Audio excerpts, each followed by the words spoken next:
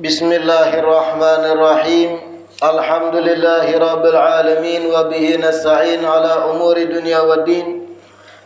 Wassalatu wassalamu ala sayyidil mursalin wa imamil muttaqin sayyidina wa maulana Muhammadin wa ala alihi wa sahbihi ajma'in.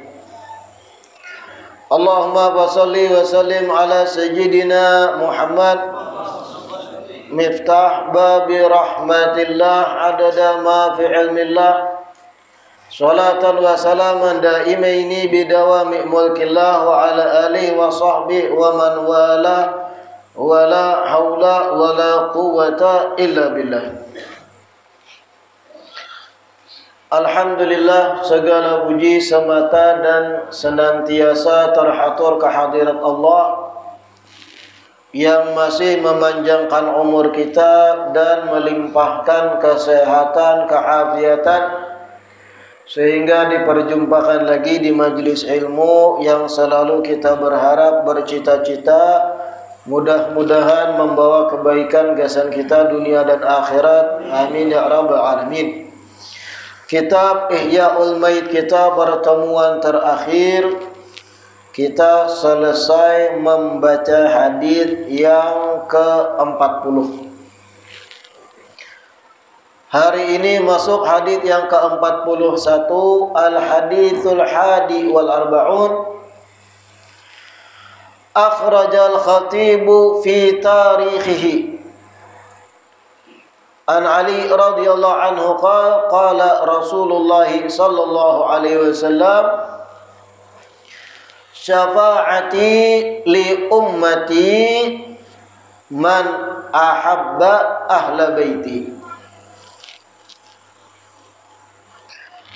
Hadis 41 dikeluarkan oleh Imam Al-Khatib di dalam tarikh beliau melalui jalur Sayyidina Ali bin Abi Thalib radhiyallahu anhu. Rasulullah sallallahu alaihi wasallam bersabda, syafaati li ummati man ahabba ahla baiti. Pertolonganku bagi umatku man ahabba ahla baiti. Barang siapa di antara mereka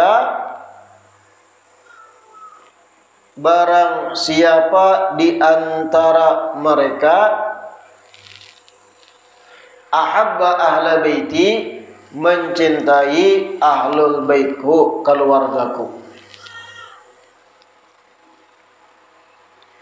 Syafaatku bagi umatku, barang siapa di antara mereka yang mencintai ahlul baitku. Pertolongan atau syafaat. Kayak apa gambaran syafaat itu? Contoh paling mudahnya, manakala kita nih secara hitung-hitungan harusnya masuk neraka, secara adil atau hitung-hitungan yang fair, ternyata banyak dosa daripada kebaikan, banyak maksiat daripada ketaatan. Hitung-hitungan kita ini masuk neraka dah. Kalau dijalankan aturan yang berlaku di persidangan hari kiamat, pasti neraka dah. Anggap kayak itu. Tiba-tiba Rasulullah menolongiakan, memberi syafaat yang tadinya kita harusnya penghuni neraka, ditunjuk sidin, dibawa sidin, ditarik sidin menuju kepada penghuni sorga. Itu gambaran simpel, gambaran syafaat. Artinya pertolongan manakala kita kesusahan. Syafaat itu pertolongan kepada seseorang yang kesulitan, kesusahan. Harusnya kita tergelincir, anggap di sirat, gara-gara banyak maksiat, dosa, macam-macam kelakuan, kada karuan tambuh. Tapi ternyata kita ini menyimpan perasaan senang, mahabbah, katuju, cinta dengan zuriat Nabi, ahlul bait Nabi. Perasaan senang, perasaan cinta tadi jadi sabab Rasulullah menolongi kita yang harusnya tergelincir di jembatan sirat, gugur ke jahanam, ditolongiakan lalu batis kuat. Itu syafaat gambarannya. Syafaatku bagi umatku, ujar Nabi, gasan orang-orang yang mencintai keluargaku. Makanya banyak ulama tuh memberi gambaran cinta lawan ahlul bait itu jalan tol, jalan yang lakas, asra torik, jalan paling laju kalau hendak dapat keselamatan, jalan paling nyaman, paling laju. Tapi kada seberatan orang dianugerahkan hati untuk mahabbah lawan ahlul bait pula.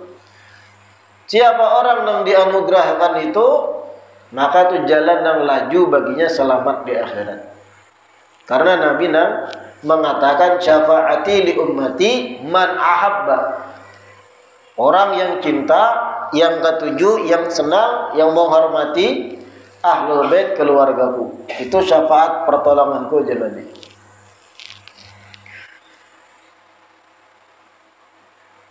Dan orang lain yang melihat seandainya kita di akhirat diberi syafaat Nabi secara khusus, lalu selamat kita sebab mahabbah ahlul bait.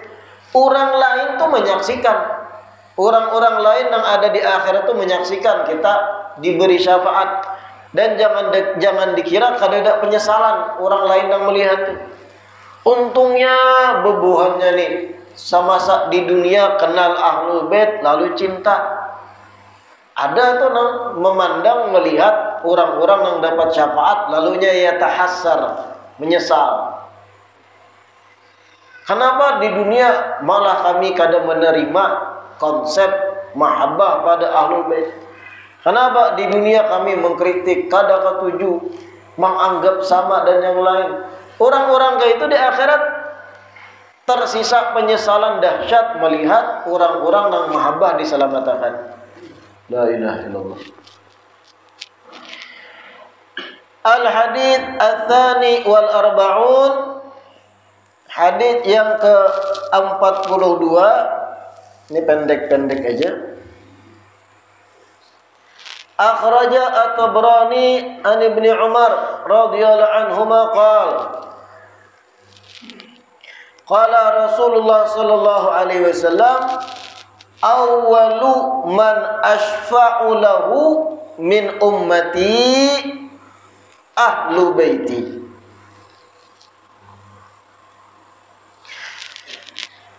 Hadis 42 dikeluarkan oleh Imam Tabrani dari Sayyidina Abdullah bin Umar radhiyallahu anhuma. Rasulullah sallallahu alaihi wasallam bersabda, awwalu man ashfa'u lahu min ummati ahlu baiti.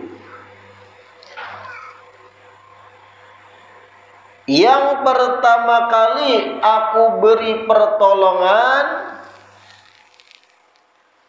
yang pertama kali aku beri pertolongan, atau yang pertama kali aku beri syafaat, min ummati dari golongan umatku,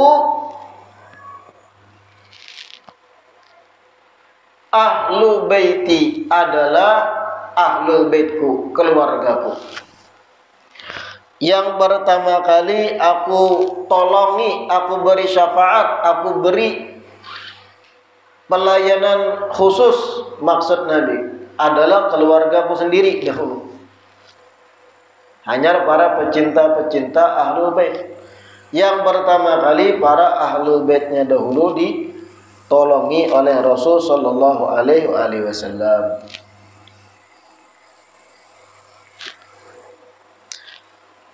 Al-hadits ats-tsalits wal arba'un. Hadis yang ke-43. Akhraja Tabrani anil Muttalib ibn Abdillah bin Hantab an abihi qala khatabana Rasulullah sallallahu alaihi wasallam bil Juhfah faqala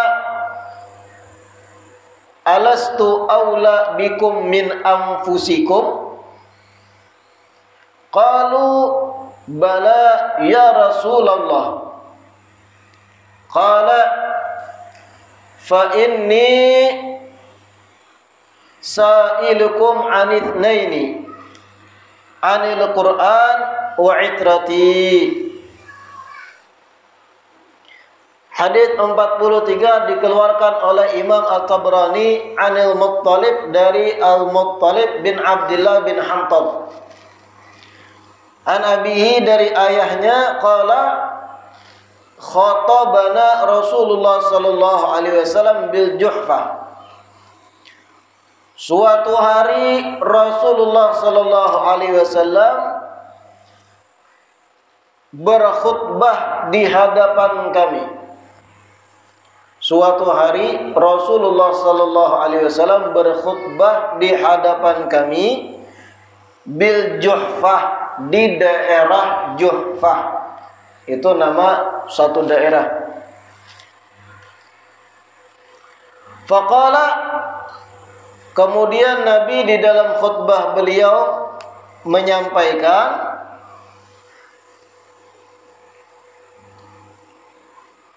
alastu aula bikum min anfusikum, bukankah aku lebih utama bagi kalian dibanding diri kalian masing-masing? Bukankah aku lebih utama bagi kalian dibanding diri kalian masing-masing?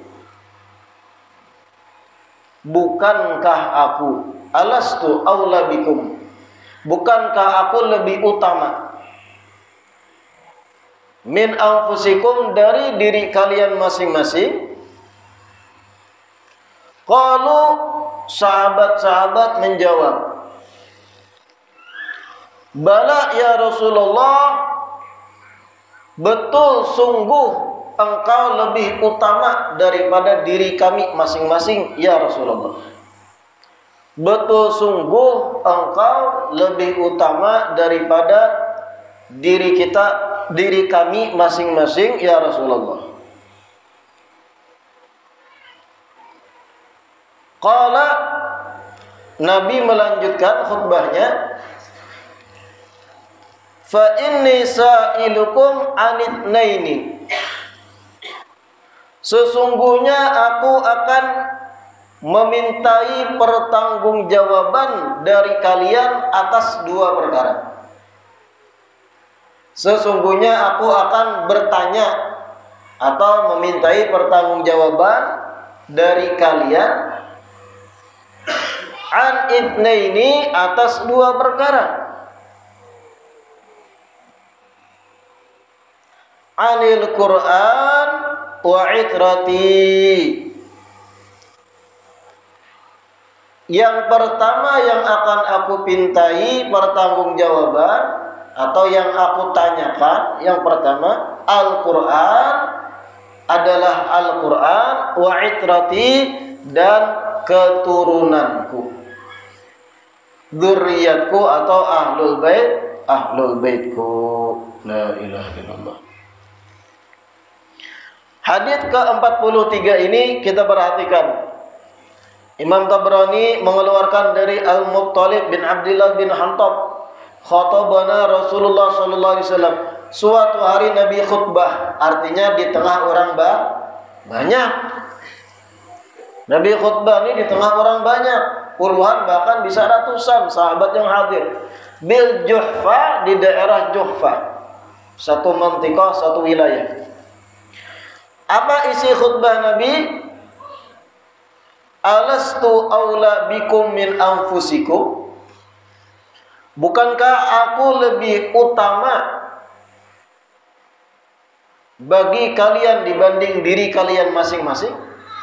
Aku ini lebih utama kada ajar Nabi dibanding bebuhan ikam seorang. Kalian lebih mengutamakan aku kah ajar Nabi atau kepentingan diri kalian seorang? Maksud Nabi itu kayak itu. Apa ajar sahabat-sahabat yang mendengar khutbah? Bala ya Rasulullah, sungguh pian ya Rasulullah, betul lebih kami utamakan dari diri kami masing-masing. Artinya kami rela berkorban demi pian ya Rasulullah. Qala, Nabi melanjutkan, fa inni sa'ilukum an itsnaini. Sungguh aku jar Nabi akan bertanya pada kalian atas dua perkara. Aku akan menakuni buhan ikam kena dimintai bagaimana sikap dan pertanggungjawaban bukan ikam hari kiamat. An itsnaini, atas dua hal yang akan aku takunakan dan Nabi.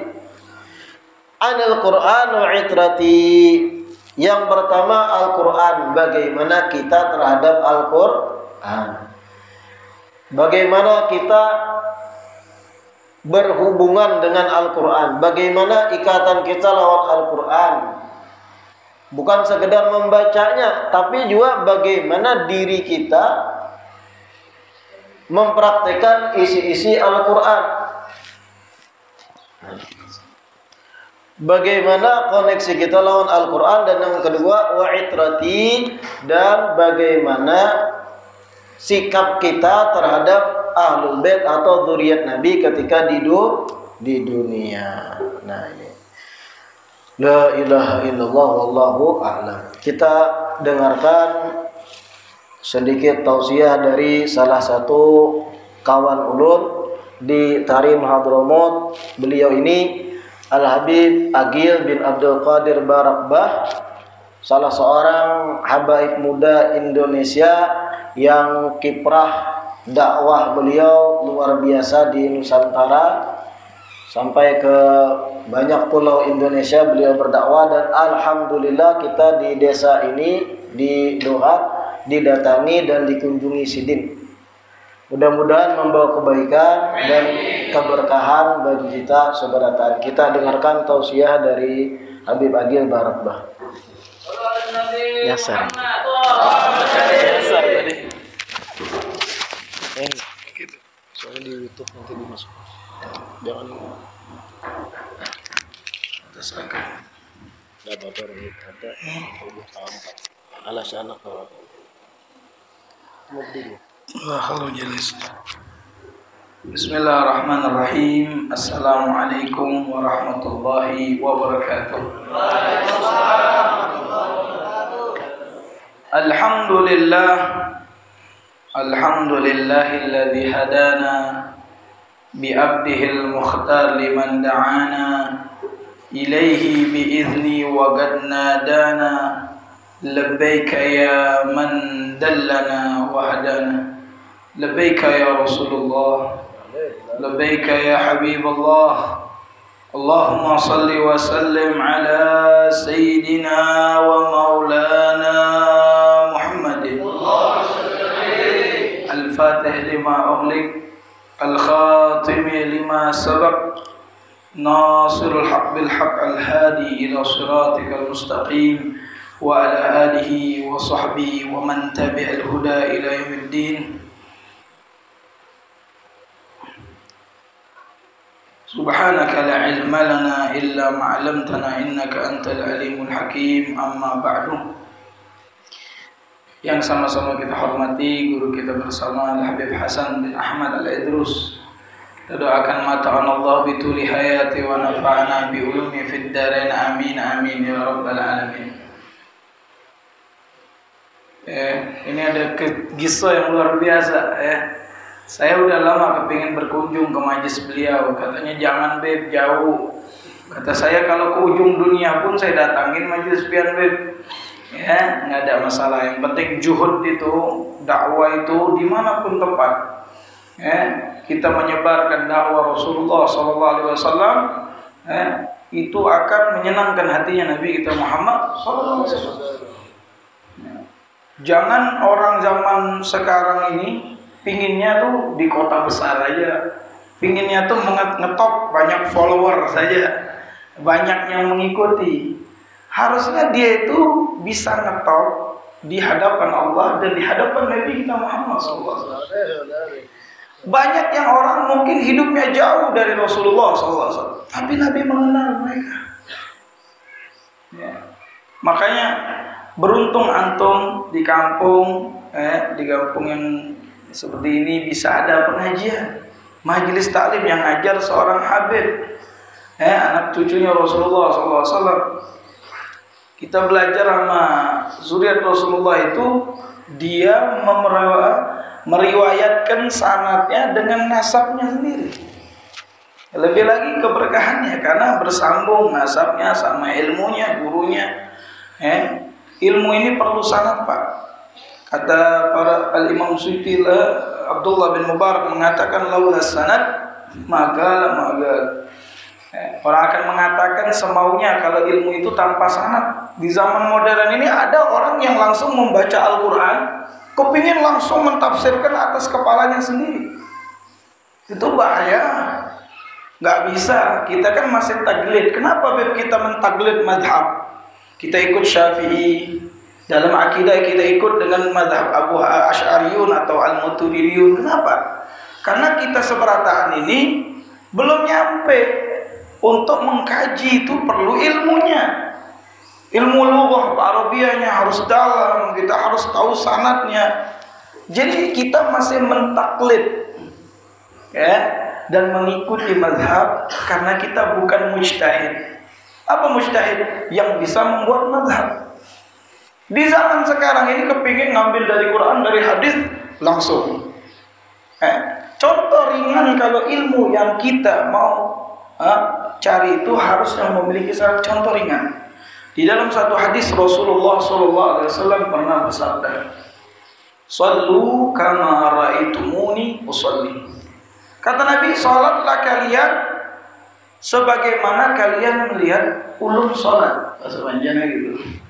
Saya mau tanya sama pian seberataan, pian pernah lihat Nabi salat? Tidak pernah. Hidup sezaman Nabi aja enggak, 14 abad yang lalu Rasulullah sama kita. Loh, ulun tanya balik sama pian, dari mana pian tahu salat itu ada rukuknya, salat itu ada sujudnya? Maka spontanitas pian akan menjawab, saya tahu dari guru ulun, Beb. Guru ulun dari gurunya lagi, sampai terus kepada Rasulullah. Menandakan salat yang pian lakukan sekarang ini ada sanadnya, bukan pian langsung ambil dari Nabi Muhammad. Dan Nabi mengatakan, salatlah kalian sebagaimana melihat ulun salat.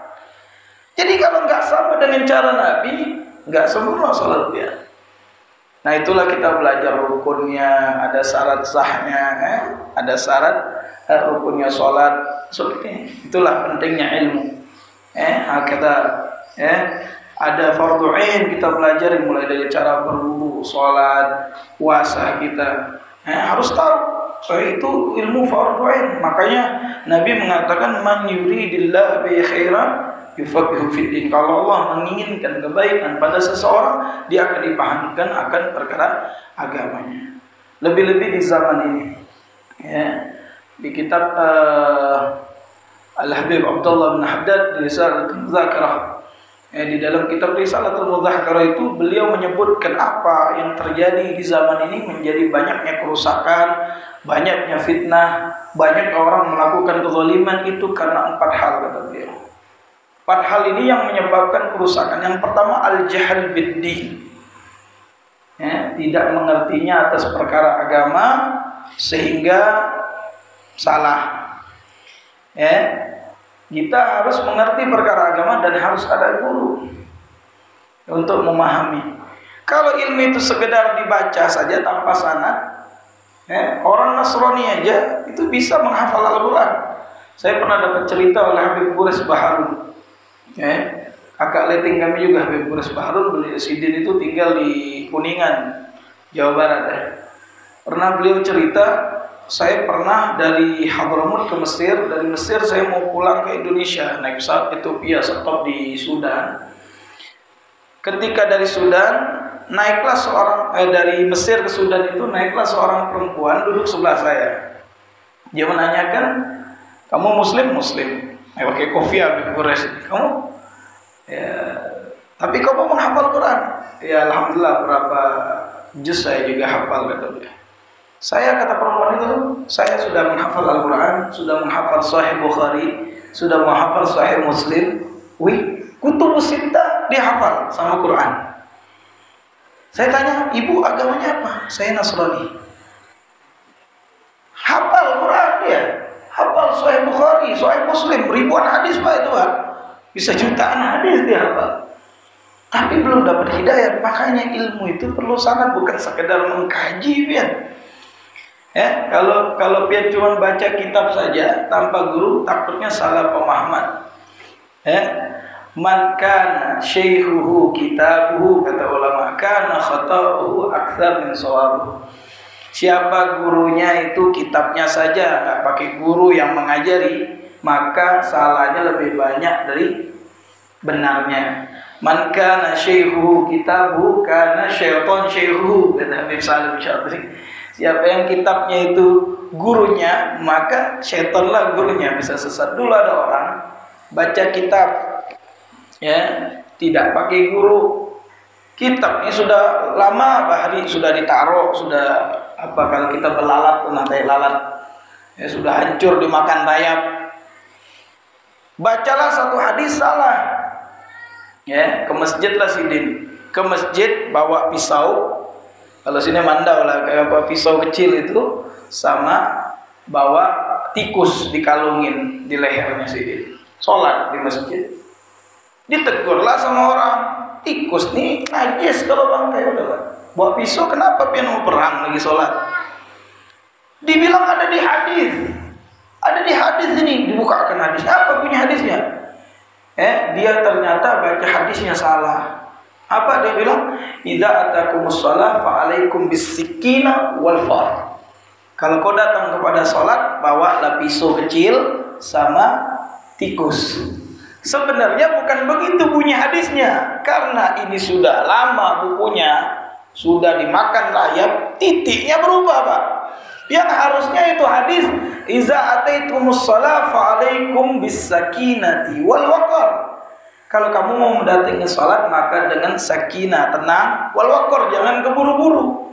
Nah, Sidin ini karena nggak berguru, akhirnya sesat, sholatnya nggak sah. Nah, inilah pentingnya ilmu. Yang punya guru harus alhamdulillah, beruntung kita doakan Habib Hasan, Allah panjangkan umurnya, sehatkan badannya, dikabulkan hajatnya. Nah, satu lagi itu tadi ada an-nasu a'da'u ma jahilu. Jadi musuh yang abadi itu adalah yang kita tidak ketahui, khususnya perkara agama. Jadi pelajari, jangan sampai kita tidak tahu. Sehingga nanti datang orang yang di zaman ini karena kita ketidaktahuan kita atas agama.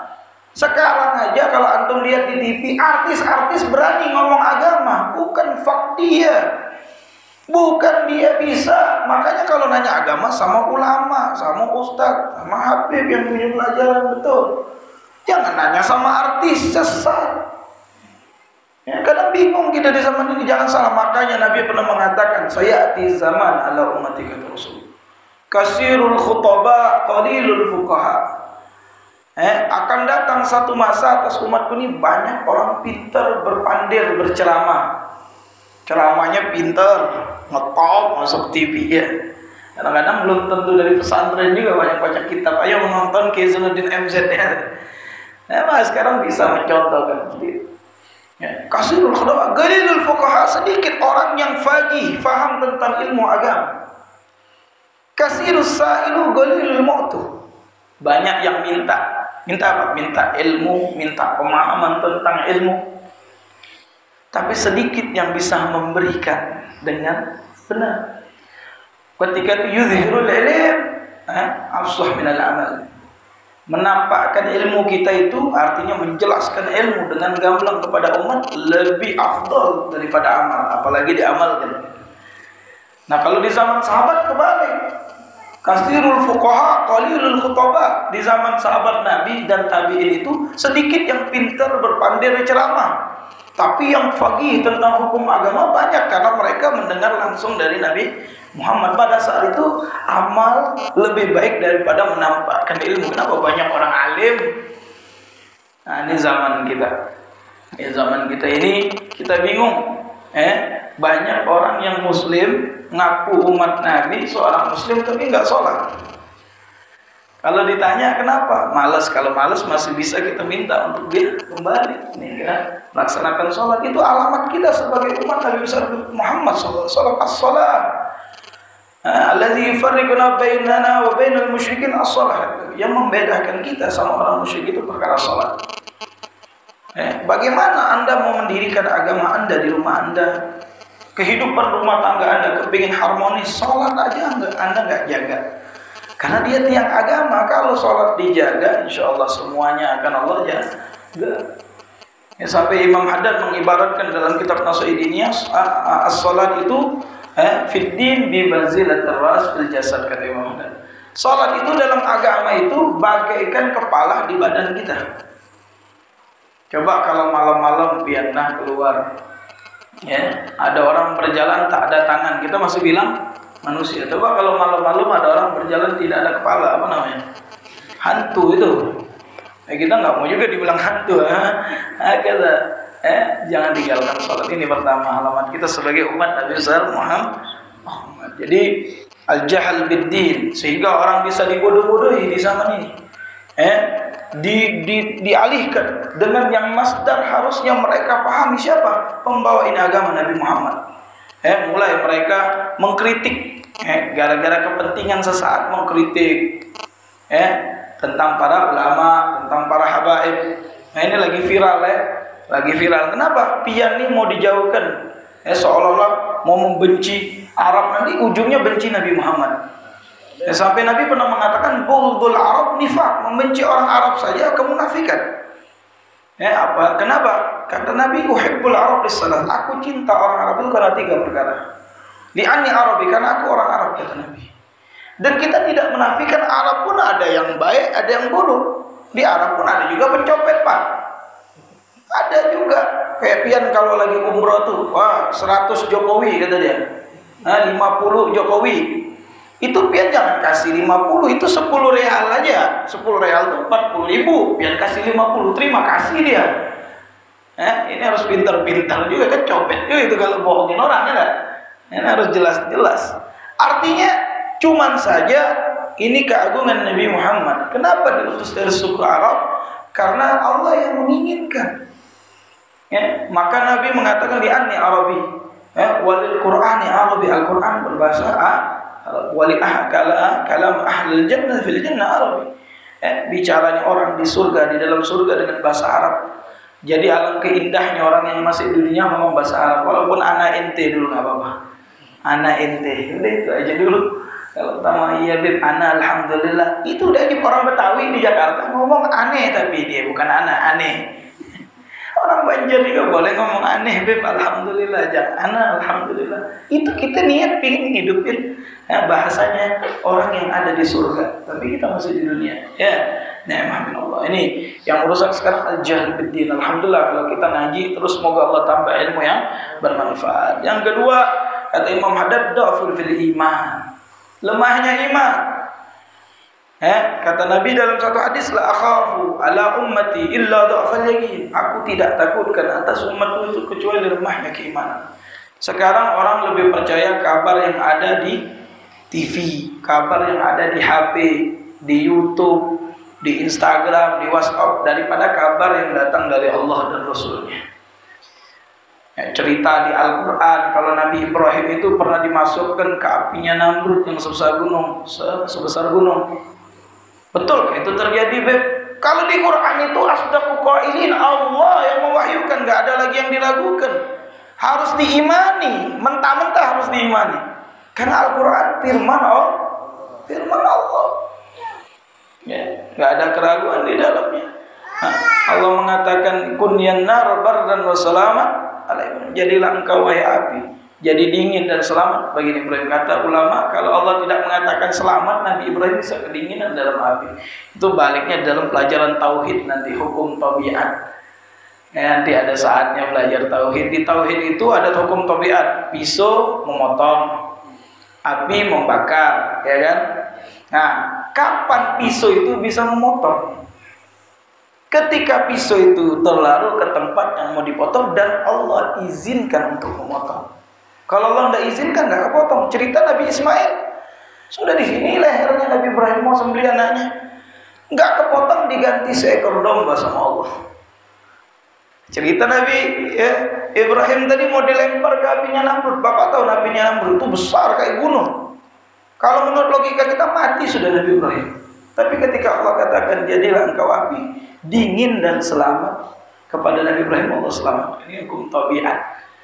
Makanya orang-orang di Banten itu, buat saya majelis nih, ada juga ilmu-ilmu kayak gitu ya, orang Bahari juga. Kenapa? Karena yakinnya kuat masih sama Allah. Diberikan apa yang diyakin. Kalau Allah nggak ridhonya nggak bakal terjadi. Berarti kalau yang sudah terjadi itu yang ditentukan oleh Allah. Harus sabar kita di akhir zaman ini. Orang-orang yang sabar akan diberikan keberuntungan oleh Allah. Malam yardah bi qada'i wa lam yasbir 'alal bala'i falyaltamis rabban siwaya. Siapa enggak ridho dengan ketentuan aku, tidak sabar dengan apa yang Allah berikan kepada kita, maka cari Tuhan selain aku. Diuji oleh Allah biar tambah kuat, tambah beriman. Memang dunia ini Pak tempatnya capek. Mana nggak ada capek di dunia, capek. Kalau pian mau istirahat nanti di kuburan. Jadi capeknya apa Beb? Usahakan capeknya jadi ibadah yang bisa menjadikan ibadah apa niat kita.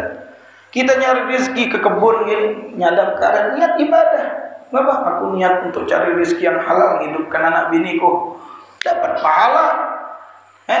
Semua dengan niat bisa mendapatkan pahala. Yang ada kebiasaan kita dengan diniatkan jadi dapat pahala. Makan pian tiap hari. Tapi kalau pian niatkan makan itu untuk kuat ibadah, semua dapat pahala makan pian. Itu adat. Diniatkan dapat pahala. Ini pentingnya niat. Yang kedua ini jangan sampai lemah keimanan. Yakinin apa saja yang datang dari Allah dan Rasulnya. Dan yang ketiga, tulul amal, berangan-angan yang tinggi. Berangan-angan yang tinggi itu boleh untuk akhirat. Apa?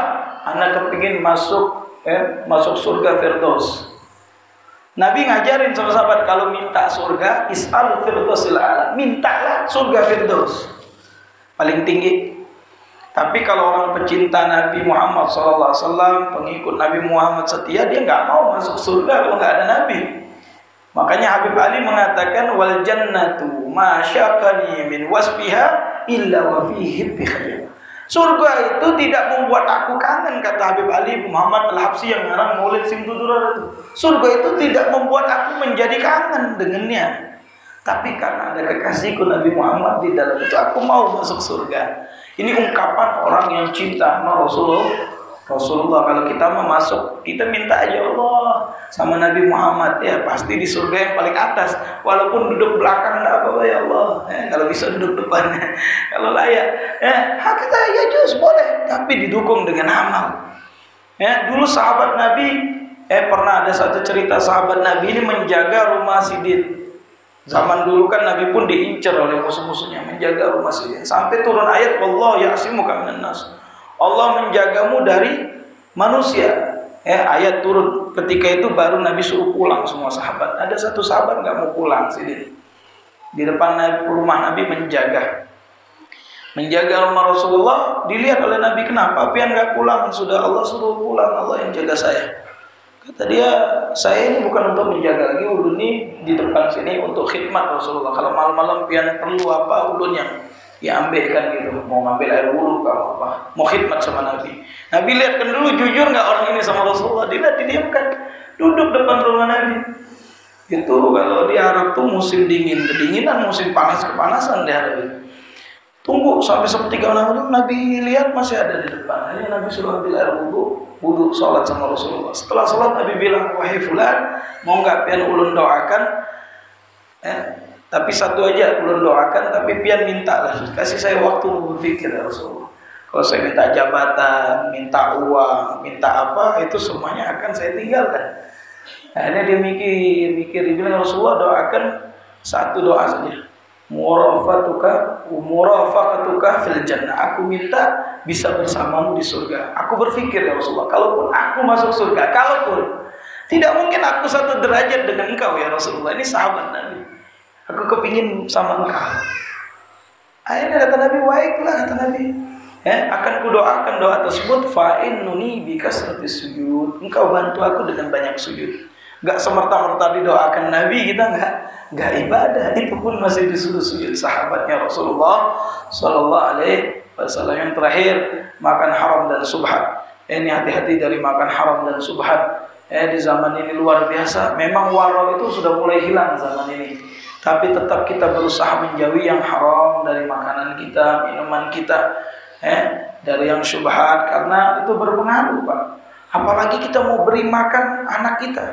Ibu-ibu yang di belakang, dulu perempuan-perempuan sahabat-sahabatnya Nabi, dan perempuan-perempuan yang soleh dahulu, dia ngomong sama suaminya, wahai suamiku, lebih baik kami mati dalam keadaan lapar, kalau jangan sampai engkau bawa ke rumah setelah engkau mencari rezeki yang haram kepada anakmu dan istri. Kenapa? Kalau pian kasihkan kami makan dari yang haram, anak kami dari yang haram, akan bahaya.